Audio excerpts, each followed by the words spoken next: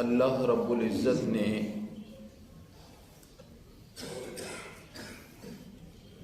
آج کے اس مقام پر جس کو میں نے ابھی آپ کے سامنے بیان کرنا ہے، اللہ رب العزت نے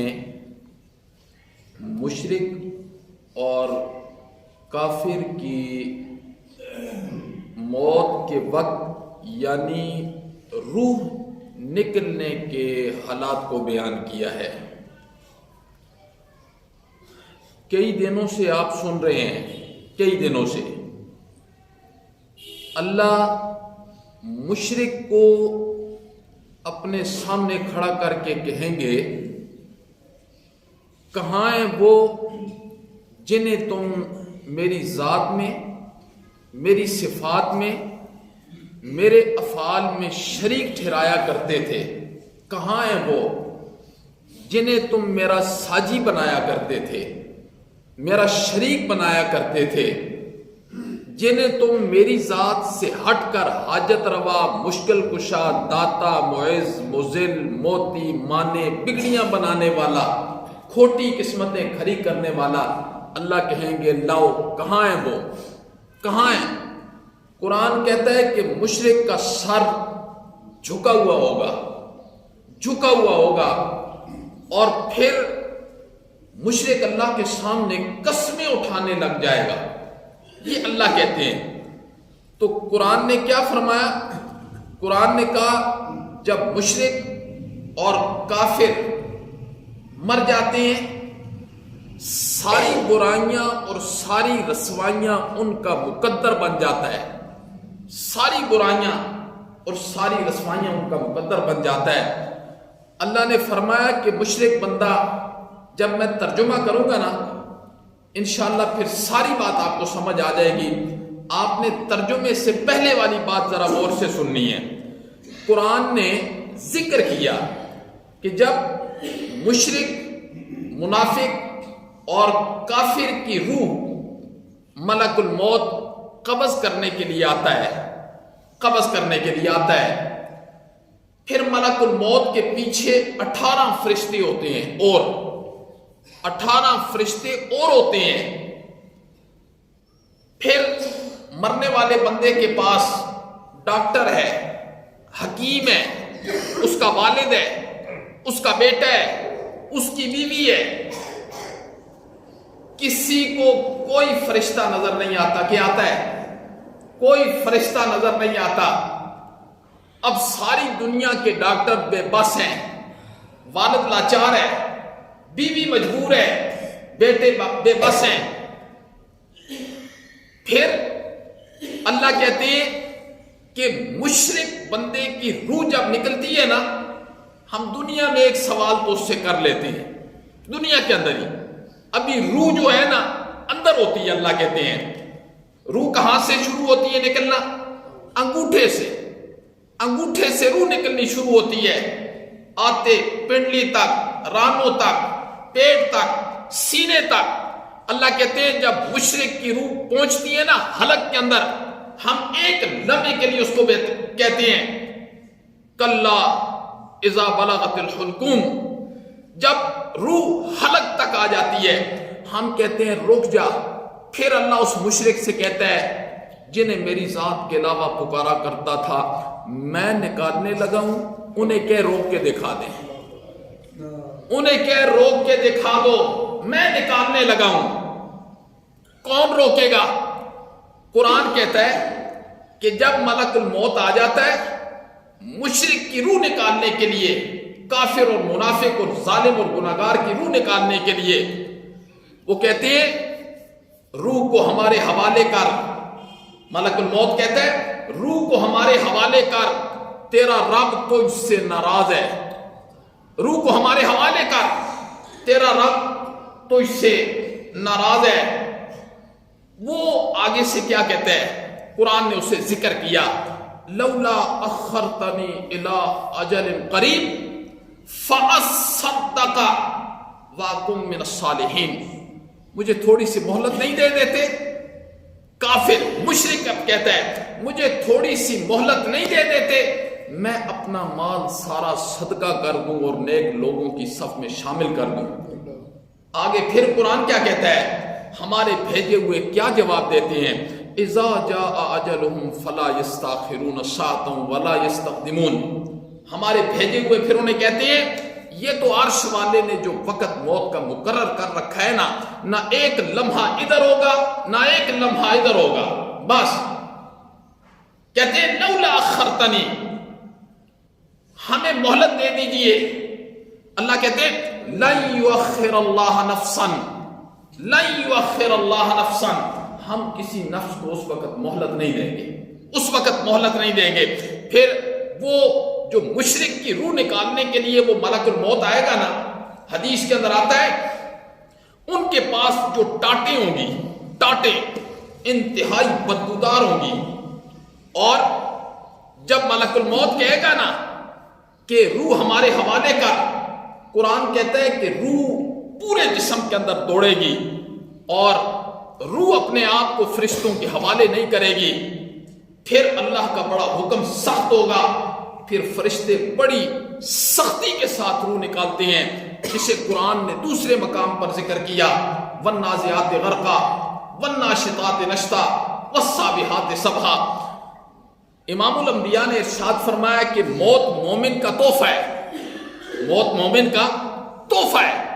جب یہ حدیث امام الانبیاء نے ارشاد فرمایا نا تو ماں جی حضرت عائشہ رضی اللہ تعالیٰ عنہ کہتی ہیں اللہ کے پیغمبر موت کیسے مومن کا تحفہ ہے، موت کیسے تحفہ ہے، میں تو نہیں چاہتی کہ میں مروں۔ حضرت عائشہ کہتی ہیں اللہ کے پیغمبر میں تو نہیں چاہتی کہ میں مر جاؤں، کون چاہتا ہے؟ آپ کہتے ہیں موت مومن کا تحفہ ہے۔ نبی پاک صلی اللہ علیہ وسلم مسکرائے، فرمایا عائشہ میرے کہنے کا مطلب تو نہیں سمجھی۔ پھر امام الانبیاء نے مطلب سمجھایا جسے قرآن نے بھی ذکر کیا۔ امام الانبیاء نے کیا مطلب سمجھایا؟ فرمایا عائشہ جب مومن بندے کا وقت پورا ہو جائے گا پھر فرشتے اس کے پاس آئیں گے، ابھی انسان کی روح اس کے وجود کے اندر ہوتی ہے کہ اس کے سامنے اس کا مقام اللہ سارے پردے کھول کے دکھا دیتے ہیں، سارے پردے کھول کے اس کا مقام دکھا دیتے ہیں۔ وہ صرف وہ دیکھتا ہے، وہ صرف مومن دیکھتا ہے، کوئی دیکھنے والا نہیں ہوتا۔ اللہ سارے پردے ہٹا دیتے ہیں۔ اس وقت فرشتے مومن سے کہتے ہیں تو یہاں سے نکلے گا نا تو یہ تیرا مقام ہے، یہ تیرا مقام ہے۔ اس وقت مومن کہتا ہے جلدی جلدی سے میری روح نکالو اور مجھے اس مقام کے اندر لے کے جاؤ۔ حضرت عائشہ سے امام الانبیاء نے فرمایا یہ مطلب ہے، یہ مطلب ہے موت مومن کا تحفہ ہے۔ یعنی اس وقت وہ اتنا خوش ہوگا، کہے گا فرشتوں سے میری روح کو نکالو اور اس مقام پر لے کے جاؤ۔ خدا نخواستہ اگر کوئی مشرک ہے، کافر ہے، ظالم ہے، اس کا مقام اس کے سامنے کر دیا جائے گا، وہ کہے گا مجھے معاف کر دو، مجھے چھوڑ دو، مجھے مہلت دے دو۔ اس وقت وہ ناپسند کرے گا۔ وہ ناپسند کرنے والا کون ہے؟ وہ مومن نہیں ہے، وہ کافر ہے، ظالم ہے، مشرک ہے۔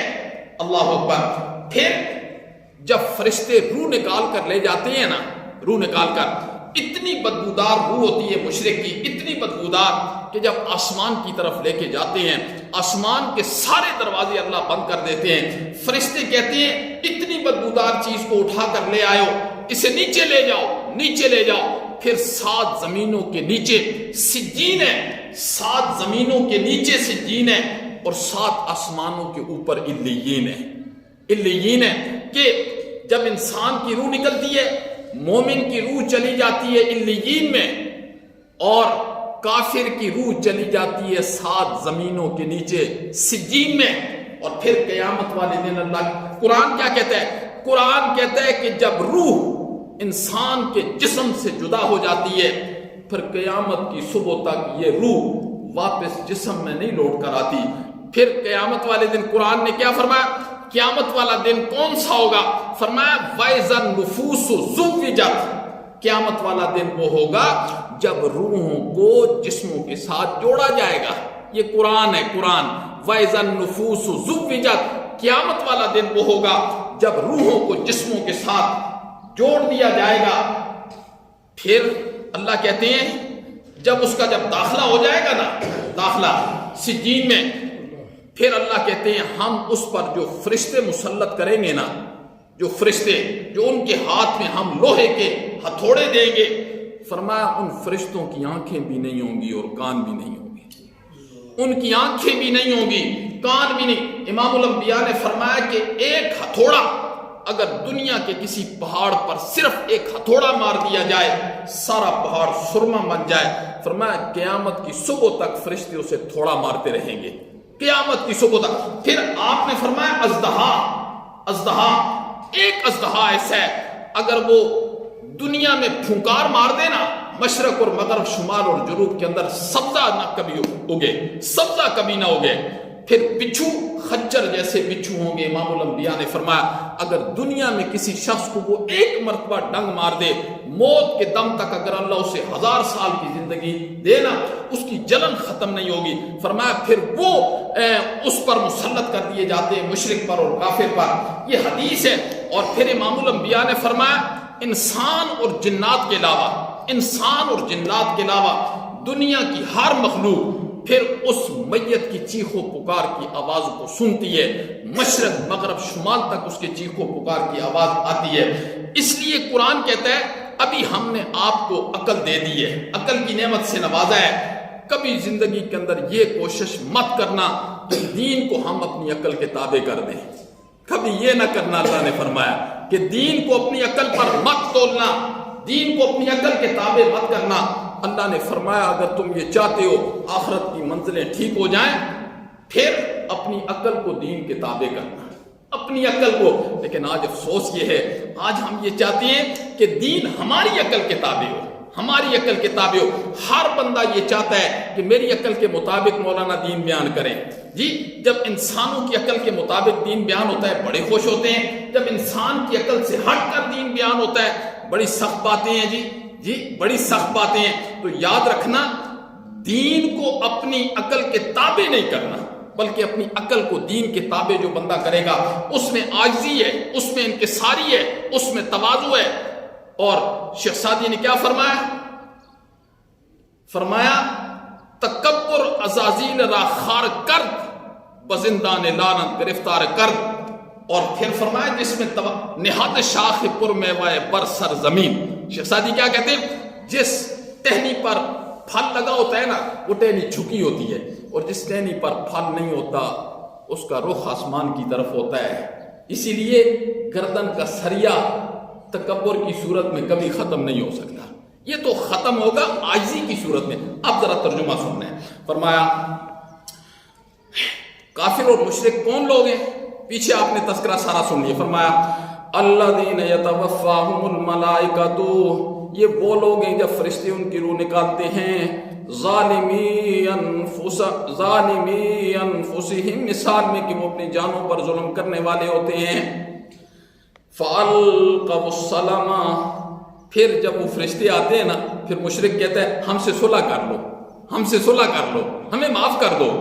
وہ صلح کے پیغام ڈالتا ہے، فَأَلْقَوْا السَّلَامَ، وہ صلح کے پیغام ڈالتا ہے، مَا كُنَّا نَعْمَلُ مِنْ سُوءٍ، کہ ہم برے کام نہیں کرتے تھے۔ اللہ کہتے ہیں اس وقت یہ کہے گا کہ ہم برے کام نہیں کرتے تھے، کیا کہے گا؟ وَاللَّهِ رَبِّنَا مَا كُنَّا مُشْرِكِينَ، اللہ کی قسم ہم مشرک نہیں تھے۔ کیسا بے حیا ہے مشرک کہ اللہ کہتے ہیں میرے سامنے کھڑا ہو کر یہ کہے گا۔ مشرک سے بڑا بھی کوئی بے حیا ہے کیا؟ قسم اٹھائے گا، واللہ ربنا ما کننا مشرکین، اللہ کی قسم ہم مشرک نہیں تھے۔ اللہ کہتے ہیں میں جانتا ہوں تم نے کیسی زندگی گزاری ہے، ظاہری اعتبار سے اور باطنی اعتبار سے، کن سوچوں کو لے کے دنیا میں گھوما کرتے تھے، کیا عمل کیا کرتے تھے، یہ ہم جانتے ہیں، ہم سے کوئی چیز چھپی ہوئی ہے؟ انہ یعلم السر واخفی، جو دلوں کے راز بھی جانتا ہے اور بھید بھی جانتا ہے۔ اللہ کہتے ہیں ہمارے سامنے کھڑے ہو کر جھوٹ بول رہے ہو۔ فرمایا ما کننا نعمل من سوء، ہم برے کام نہیں کرتے تھے۔ بلا، اللہ کہیں گے کیوں نہیں برے کام کرتے تھے؟ ان اللہ علیم بما کنتم تعملون، بے شک اللہ جانتا ہے جو کچھ تم عمل کرتے تھے نا. اللہ کہے گا فَادْخُلُوا أَبْوَابَ جَهَنَّمَ، جہنم کے دروازے کے اندر داخل ہو جاؤ، خالدین فیہا، ہمیشہ ہمیشہ تم نے اس جہنم کے اندر رہنا ہے. فَبِئْسَ مَثْوَى الْمُتَكَبِّرِينَ، بہت ہی برا ٹھکانہ ہے تکبر کرنے والوں کا. یہ تو اللہ رب العزت نے مشرک کی، کافر کی، گناہگار کی روح نکلنے کا حال بیان کیا ہے نا. آگے اللہ مومن کی روح نکلنے کا حال بیان کریں گے کہ مومن کی روح کیسے نکلے گی. وہ زندگی رہی تو کل. اللہم انت السلام و منک السلام، تبارک یا ذا الجلال والاکرام برحمتک یا